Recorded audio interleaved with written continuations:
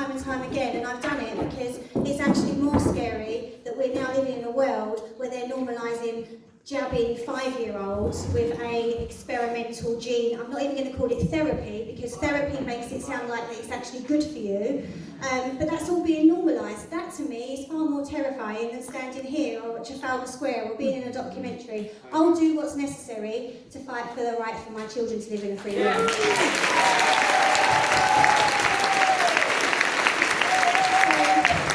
My name is Jaclyn Dunne. I am a naturopath, which means that I heal people naturally, unlike allopathic medicine. And I am a mum, which is the most important thing I do, and I've written a book. Being a naturopath means that I have studied quite a lot, and I've learned quite a lot about natural health. And when you learn about natural health, you also learn about how corrupt pharmacy is. So when all this started, I kind of knew what was going on. The other thing that gave me a little bit of an insight is I have a 10-year-old and a 13-year-old, and my 13-year-old, when she was 8 weeks old, I took her for her baby jabs because I wasn't a naturopath then, I was an accountant and I didn't know any better. And she had a convulsion 20 minutes later, and that was the 6-in-1 DTaP, which they also gave with rotavirus and meningitis. So she had 8 vaccinations injected into a under 7-pound baby at 8 weeks old. 20 minutes afterwards, she had a non-febrile convulsion, and the doctor told me that's quite a normal reaction.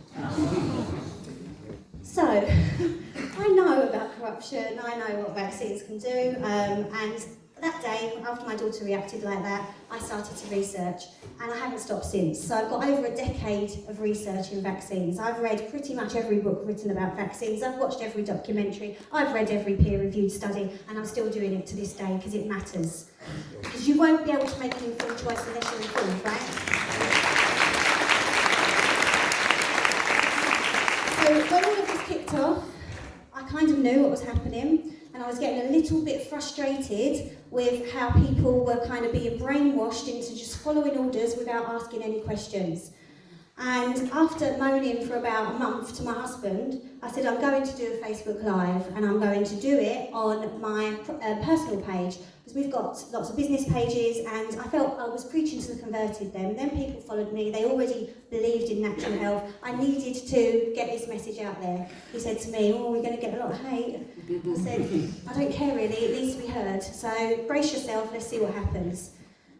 I didn't really expect it to get 2.5 million views in 3 days. In fact, the story goes that I did the Facebook Live, I felt a lot better.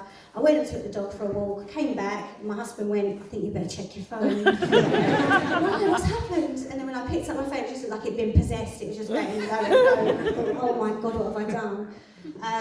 Because but at that point there was about 75% hate, 25% love. I'm happy to say that's changed now. So what I said in that live, well, the reason I spoke out is because, as I said, I was getting really frustrated, and I tried to just plant seeds for people. So I was saying, look, just think outside the box a little bit. Don't just believe everything that you're being told on mainstream media. It is a little bit agenda driven, and it's heavily funded by pharmaceuticals. Think about what happened with the Rockefeller, J.D. Rockefeller, was an oil tycoon, and he, when in 1913, I believe it was, so we're 100 odd years on, he went to all the pharmaceutical companies and also all of the medical schools, and he bought them both. And at that point, medical schools were training people in homeopathy, naturopathy, and herbs. And he said, no, we're not doing that anymore, we're now going to teach pharma. And so, because there's money in it. So that's where we got to, but from changing natural medicine into pharmaceutical medicine. And I was telling people that, this is about business, this is profits, it's not really about health, and I think this is going to be a vaccine drive, I think it's going to be a push for a cashless society, and I was just telling them things that they need to look into. I also made the point that why have we kept off licences open and closed gyms? Why have we not had any advice on natural health? They haven't spoken to us about increasing the antioxidants in our food. If this is a respiratory virus, where is the vitamin D advice? Where's the supplement advice? Where's the advice about staying healthy? All we've had is wash your hands and sing happy birthday, not really the advice that I'd give as a naturopath. So I just wanted to plant some seeds in people's minds, and obviously with the vaccine injury, I knew that if this was a push for a vaccine drive, people needed to know a little bit more about vaccines, because we don't make informed choices with vaccines. When I took my daughter for her vaccines and she reacted the way she did, nobody ever told me that on the insert for the DTaP vaccine, listed as a risk is sudden infant death syndrome. If they had told me that, I would have been straight out the door. So we need to be able to make informed choices. Now, believe it or not, I'm not anti-vax. Nobody can ever believe this when I say it. I'm pro-choice. And I believe that everybody's got the right to make an informed choice. But how can we make an informed choice if the information is always hidden from us? So I'm going to tell you, because I don't know who's in this room with regards to if I'm preaching to the converted here, if people are completely against vaccines, if they always have been, if it's a new thing for them, if they're just in the middle of an awakening, if they're on the fence. So let's take COVID out of the picture for the moment, if only it was that easy. And I'm going to tell you some of the main things that I learned that absolutely shocked me when I started researching vaccines. Because if there is anybody in here on the fence, it just might plant a seed. So this is before COVID, remember. A 2010 study showed that 1 in every 39 doses of a vaccine given results in an injury. 1% of vaccine injuries are reported in the UK to the Medical Health Regulatory Authority, which is who run the Yellow Card reporting scheme. And when my daughter was injured, I was never ever told about the Yellow Card reporting scheme. It's something I found out about myself. Out of that 1% of the ones that actually report to the Yellow Card scheme, 5% are given a compensation for the injury that they've suffered. Because to be able to give compensation, to get compensation, you have to prove that you're at least 60% damaged by a vaccine. How on earth do you prove that you're 60% damaged by a vaccine? It's just insane. And that vaccine damage isn't paid out by the pharmaceutical companies, because pharmaceutical companies have legal immunity. They can't be sued. So they have carte blanche to do what they want, put what they want in ingredients, and they will never be sued because they've got legal immunity. When money is paid out by the Vaccine Damage Compensation Scheme, it's paid out by the government. So that's actually us, the taxpayer. We are paying, bear in mind how much pharmaceutical companies make, we are paying for vaccine damages. The Vaccine Damage Payment Scheme. And if you're interested to know how much has been paid out, 74 million has been paid out on the UK Vaccine Damage Compensation Scheme and 4 billion in the US since 1978. And then there's people saying that vaccines don't cause any injury. Well, who got that money then? There must have been someone injured. That's a lot of money. And remember, that's only 5% of the 1% that's reported. So there's a lot more other injuries that go on. In 2011, the Supreme Court ruled that vaccines are unavoidably unsafe. Unavoidably unsafe basically means, yeah, people will get injured by a vaccine, but that's just collateral damage. So, no vaccine has ever been tested for carcinogenic or mutagenic potential. Never. And if you look at section 13.1 on any vaccine insert, you will see that it actually states that the vaccine hasn't been tested for carcinogenic potential. So we don't know when we're taking a vaccine if that's going to increase our chances of cancer later on. Safety trials are ridiculously short. So this is a real bugbear of mine, because people are always saying, well, this vaccine, this COVID vaccine, has not really been tested. No, love, none of them have. In fact, sorry to break it to you, but the polio vaccine was actually tested for 48 hours before it went to market. And the Hep B vaccine was tested for 4 days. On day 5, children died, but they weren't counted in the trials because it was day 5 and it was tested for 4 days. That's how they manipulate trials. The schedule of the vaccines is not tested for interactions, and that's interactions with other vaccines on the schedule or interactions with pharmaceutical drugs. So when they launched the COVID vaccine, it was tested for a short period on 17 to 70-year-olds, and all of them were healthy, so none of them were on pharmaceutical medication. Where's the first place they started administering the COVID vaccine? In care homes, where they're all over 70 and all polypharma users, all using lots of different pharmaceutical drugs. How can we know that's going to be safe? We don't. We don't know how it interacts with their medication. We don't know how it interacts with this age group because it wasn't tested on them. They're guinea pigs. But of course everybody is at the moment because it's a clinical trial until 2023. There has actually been no government study on the comparative health of vaccinated versus unvaccinated children, even though that would abruptly end the vaccine debate, where you've got our lovely Prime Minister calling anti-vaxxers nutters. Instead of calling us nutters, why don't you fund a study to compare the health of vaccinated versus unvaccinated children? Because the people who did come to the study was funded in America by Children's Health Defence, and that found that there was far less incidences in unvaccinated children of autism, epilepsy, ADHD, autoimmune conditions, allergies, asthma, eczema, you name it. The unvaccinated children were far healthier. They completely dismissed the study. So, hang on a minute, are my notes out of order? No, good. Maybe I didn't need them, I hardly looked at them. They're just a comfort blanket. So, I'm sharing this because, as I said, there might be people in here that are still on the fence, they need to have the information, and I'm really passionate about people making informed choices. I would never tell you not to take a vaccine. I would say to you, do your research, and I will point you in the right direction of where to find that research, because it's your body and it's your choice, and it always should be. So, at the moment, what's happening with this information that I would like to share with people, and I would like to tell people where they can get the information to make an informed choice, it's being silenced, it's being censored, it's being hidden, it's often referred to as junk science. The doctors, the virologists, the epidemiologists that do dare to speak out, and there are many of them on the Great Barrington Declaration, and we've even got ex-Pfizer executive Mike Yeadon speaking out as well. They are vilified, they are cast aside, they get fired, they get called all the names under the sun because they are providing you with information that would help you. Where's the problem with that? I just don't understand why we're hiding facts from people. And people should be questioning that. And even if you do believe that we are absolutely in the midst of a pandemic right now, please tell me why we have trusted Pfizer, who has one of the longest corporate rap sheets in the pharmaceutical industry and has paid out hundreds of billions in compensation and fines.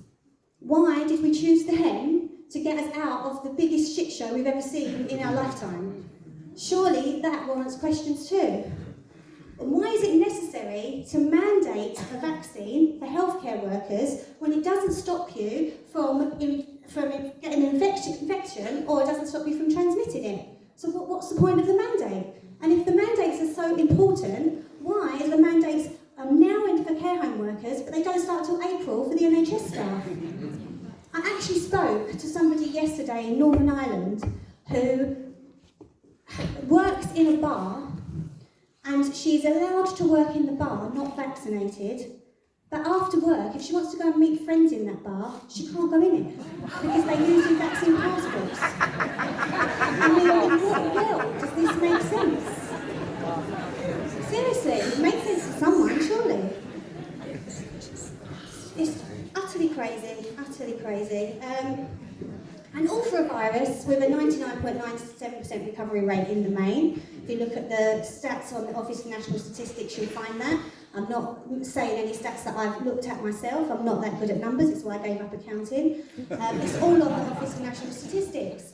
And also we have to say that this virus has never officially been isolated without a computer genome sequence. So computer genome sequence basically means we've isolated the virus, but we guessed half of it because we couldn't actually isolate it in its entirety. What does that tell you about it? So many unanswered questions, and lots of people have been asking these questions and they're just being silenced.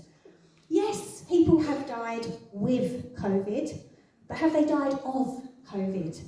How would we ever know? We wouldn't know because the tests are non-specific. Harry Mallis, who actually was the inventor of the test, said that before he died, suspiciously, 6 months before the pandemic. Do not resuscitate orders were placed on everyone that was over 65, so how do we know if they would have died of COVID with COVID? Midazolam, as we've already heard, was massively overused. I think the stats are, I mean, you heard them from John, but I think they used 2 years' worth of midazolam in 2 months. So that gives you an idea of how overused it was.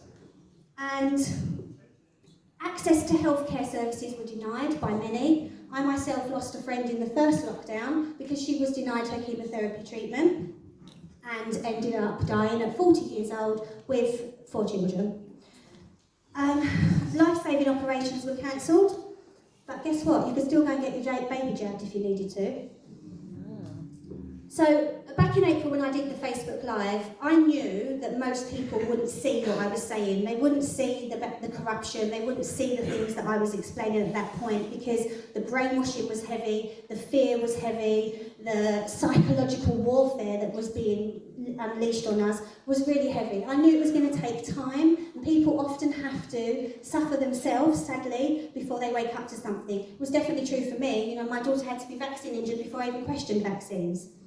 So I knew we'd have to get a pro and anti debate before anybody started really asking a lot of questions. But what I really hoped would be the change and people would start to unite is when they said that they could be vaccinating the children. That was my biggest bugbear, and that's the thing that I was standing up and speaking to people and doing Facebook Lives and trying to get the message out as much as I possibly could, because I didn't want them vaccinating the children. It was entirely unnecessary. But in September this year, the government announced that there'd be jabs for 12 to 15-year-olds, even though the Joint Committee for Vaccines and Immunisations stated, due to the very low risk to children in this age group, the JCVI do not recommend COVID-19 vaccinations for all aged 12 to 15. The government proceeded regardless. Many parents consented, and even if you didn't consent, they used Gillett competence to override parental consent, and that's improper use of Gillett competence, because a Gillett competence means that your child is competent enough to understand what they're having without an adult. Most adults don't even understand what they're having, and that's because we're in a clinical trial. We've got about 4 months worth of data. How can you possibly understand what you're having? How could a child then understand? It's completely and utterly unlawful and illegal what they have done. But this has happened in my daughter's school. Gillett competence has been exercised in my daughter's school. So I categorically know it's happening, and I'm hearing from parents all over where it's happening nationwide. Then came the unlawful vaccine mandates, beginning in the healthcare sector.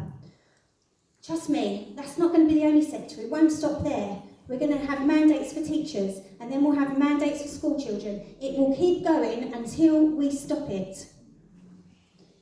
And I think the vaccine passports are really on the horizon now.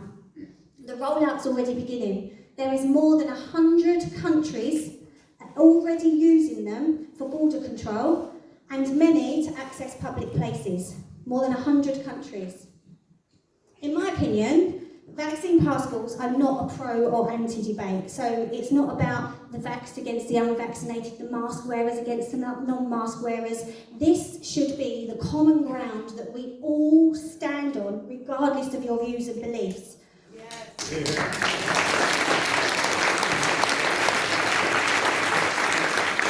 The trouble is, they're very clever, aren't they, the government? Although I hate to admit it. And many have already become accustomed to scanning QR codes to gain entry into certain establishments where they track and trace. And many have said to me, 37 billion for track and trace, what a waste of money that was. No, because it's the perfect infrastructure for vaccine passports and ultimately a social credit scoring system. That's their ultimate goal, and that's where all this is heading. And people often say to me, it's about population control. No, if that's the side effect of their plan, they're happy about that, but it's actually social credit scoring system is their ultimate aim. Look at China. So, if this is successfully rolled out, if a social credit scoring system is successfully rolled out, life as we know it will change forever. Forever. There will be no going back. Freedom will be replaced by privileges, and they'll be granted if you toe the line. If you don't toe the line, they'll be taken away. See, I spoke to somebody in Australia, and they said, just have the jab, you get loads of freedom. Freedom and privileges are very different. Privileges are given to you, and they can be taken away. Freedom can't be taken away, it's yours. Yeah.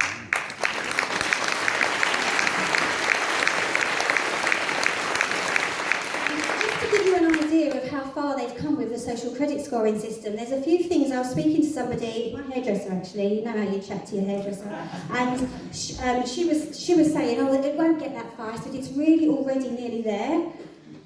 Look at the online harms bill, and they are trying to get social media companies to ask all of the people who are using it, when they sign up, to sign up with a passport or a driving licence.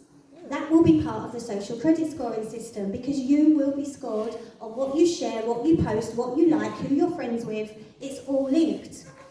Then we have the digital currency coming in. How handy is a digital currency if your social credit score's dropped? You'll just flip a switch and you can't access your funds. No paper money anymore. Electric cars. How handy, electric cars. Can't just, I've already got a tank of petrol, it doesn't matter. Just flick a switch and you can't go anywhere. Do we see the pieces of the jigsaw puzzle fitting together already? This has been a long-driven agenda and plan, and we have been so busy with our lives, we've missed most of it. So what they want is a self-governing, self-policing, obedient society where the powers that be decide what you are worthy of depending on your behaviour. And if you want a table at the Ivy, I suggest you do not like or share any of my posts. So, a system that tracks your every move, your every click, your every keystroke, an artificial intelligence infrastructure that's already in place. Now, I'm sure you've noticed all them towers going up, them 5G towers. Do you not think that might be part of it? It's all part of AI. Does it sound dystopian to you? Do I sound like a crazy conspiracy theorist? Do I sound like I've watched too many episodes of Black Mirror or Handmaid's Tale? But it's already happening. 120 countries have already introduced vaccine passports, and it won't end there. I don't tell you this to scare you. I don't tell you this to disempower you or incite fear. I tell you this to galvanise you and to really create some resistance, because that's the only thing that's going to stop this. If we all get together, stand united on the common ground and create massive, massive resistance. So how do we do that? What can we do? So, first of all, foremost, stop doing what is easy and start doing what is right. That is the biggest takeaway. So many people, even people who fairly know what's going on, are still doing what is easy. I can't tell you how many messages I've had from people saying, do you know anyone who can get me a fake vaccine passport? That's complying. Don't comply. Don't look for loopholes. Stand up and fight this, because your kid's future depends on it. This is the big squeeze. I call this bit the big squeeze. They're going to squeeze you as hard as they can until you are so uncomfortable you'll surrender. And everybody's going to have a different squeeze point. So for some, they've already succumbed. They had their week in Benidorm threatened. Jab me up. Can't miss that. And then it was the jobs. They threaten people's jobs. Hit some people, they're too frightened to stand up and be counted and risk losing their job. They've got to eat. They've got to put money on the table. That was their squeeze point.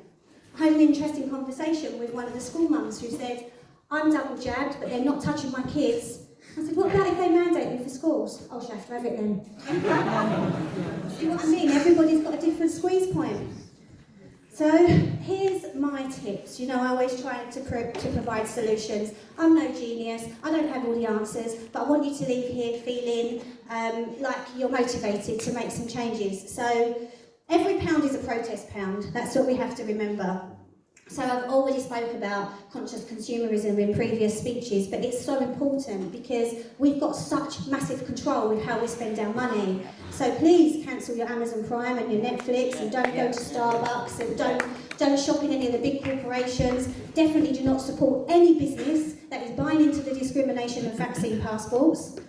And we do need to get the vaccinated on our side with this. The only way that we're going to get maximum impact with these businesses, hit them where it hurts, is we stand in solidarity. So that means that we're going to have to speak to people who have been vaccinated to help them understand just the gravity of this situation. It's not just about a jab, not just about putting your mask on, it's not about taking one for the team. It is about standing up for our human rights, our medical freedom, our body autonomy, and our future for our children. Do I want my children enslaved? No.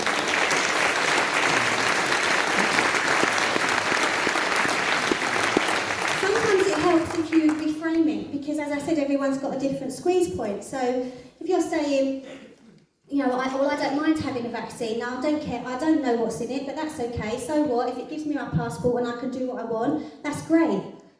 But what if they change their mind in a few years and they say, actually now, to keep the social credit scores, everybody needs to be sterilised at age 30? How would they feel about that? How would they feel that they've given their body autonomy up at that point? Because body autonomy is a little bit like virginity. You only lose it once, and once it's gone for good. You can't reclaim it. So have a think about that when you're speaking to the vaccinated. Get them to understand the gravity. John's touched on this before, and obviously we're here tonight because it was organised via somebody who has met people via Stand in the Park, but find your local tribe. It's so important to be mixing with like-minded people, not because we want to live in an echo chamber, but because we need to keep our vibes high, and it really drains you when you're around people who are completely fallen for this. BBC News watchers, hook, line and sinker. It is draining, it's difficult. So we need to talk to these people, we need to keep our open dialogue, but really important to find your local tribe too. So if you're not a member of the Stand in the Park, get to your local one, 10 to 11 every Sunday morning. Go on the Stand in the Park website and find your local one, because that's where you'll find lots of like-minded people, and that's where you'll be able to grow some community resistance. Local action is really important. You know, organise a group shop. Why don't you all go shopping with a t-shirt with a slogan on together? You can buy lots of slogan merchandise now that says no to vaccine passports or things like that, or just make your own, write on it. But the way that the government have succeeded in psychologically brainwashing people is this constant message everywhere. Driving down the motorway, it's on the dot matrix. Turn on the radio, it's an announcement. It's on the television, it's on the news, everywhere. So we should be doing the same in reverse. Go shopping, don't be ashamed. Have your slogan t-shirt on. And you don't have to say anything. People might give you a dirty look. I mean, they definitely do me when I walk into Tesco's with "vaccines kill" on my jumper. I'm not subtle.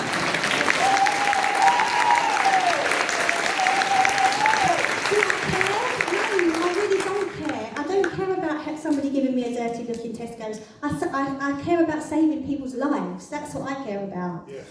So absolutely, if you can do that, and if you don't feel confident to do it on your own, then speak to your Stand in the Park group. Go together, organise a shop. We started by doing maskless shopping when everyone was wearing masks in the shops, and that went down well because we then noticed that other people who saw us took their masks off too. So you never know. Somebody's just waiting for that okay. We're a world that likes validation. So as soon as you know that you're not on your own, other people will stand with you.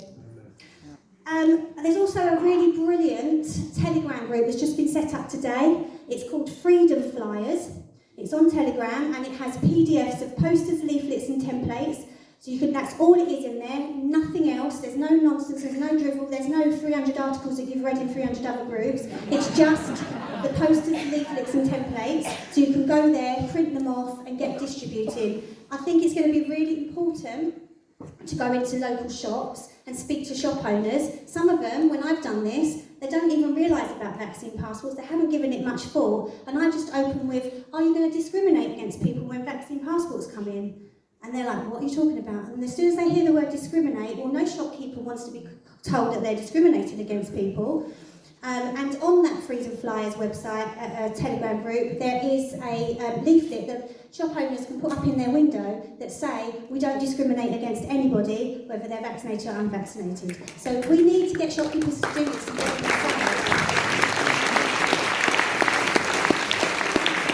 in a world where sickness is very profitable, taking care of your health is a revolutionary and rebellious act.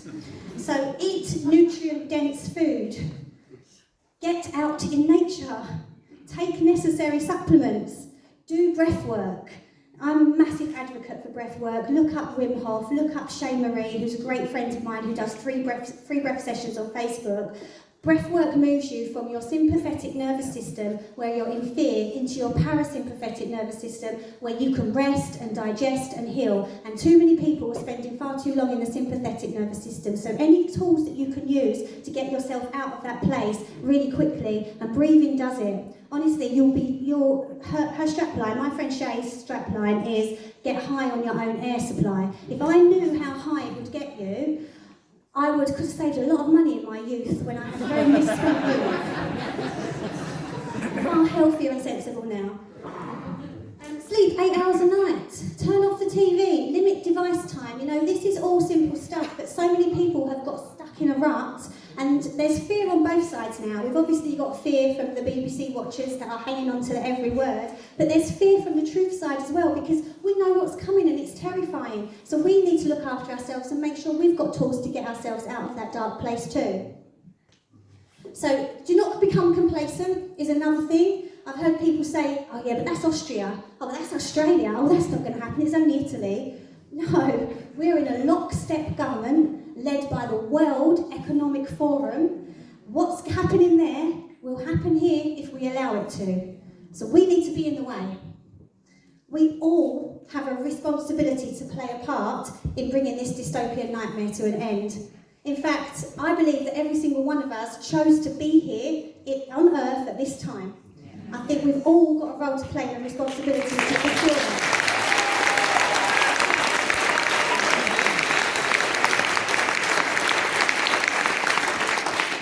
It's called a soul contract, and I think we've all got a soul contract to save the future generations. So you owe it. We all owe it to every single child on this planet to ensure that they don't have a future of enslavement. So regardless of how uncomfortable it feels, and I know it does for many people, especially if this is new to them and they have been mask wearers and they have been following all the rules, and all of a sudden they think, this doesn't make sense, but do stop acquiescing. And when I say stop acquiescing, that means no masks, obviously, no testing, no jabs, no track and trace, no supporting businesses who comply with the vaccine passports, really important. And even if it's your favourite place, so it doesn't hurt, so I've got to go miles out my way to not go to that. Don't do it, because we've got to hit them where it hurts, in the pocket.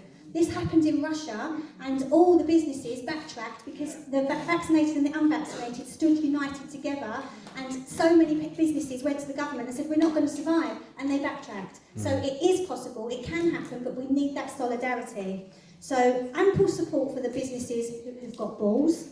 You've probably seen the story of the cinema in Wales, I believe it is, and they're coming for them hard. These businesses are going to be made an example of, so it's up to us to back them and support them as much as we possibly can. And if other businesses see that they've got backing and support, they'll follow suit too.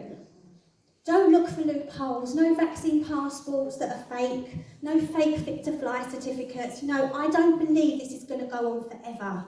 It's only going to go on for as long as it takes for us to stop it. So it's just a short window of our lives. I know it feels forever, but we will be able to go on planes again. I truly believe that. So let's just ride this out and stick to our principles and our morals for the sake of our kids. Yeah.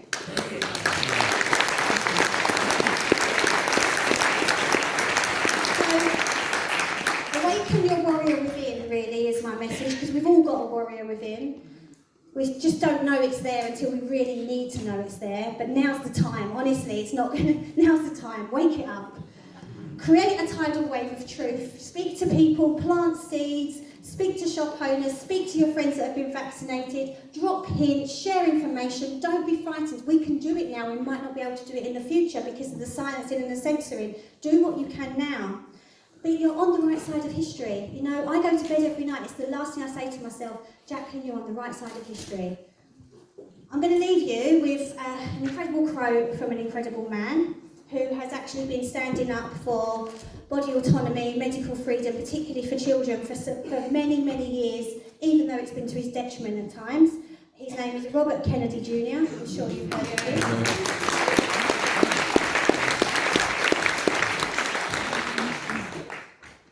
Every time we turn our heads the other way, when we see the law flouted, when we tolerate what we know to be wrong, when we close our eyes and ears to the corrupt because we are too busy or too frightened, when we fail to speak up and speak out, we strike a blow against freedom, decency and justice.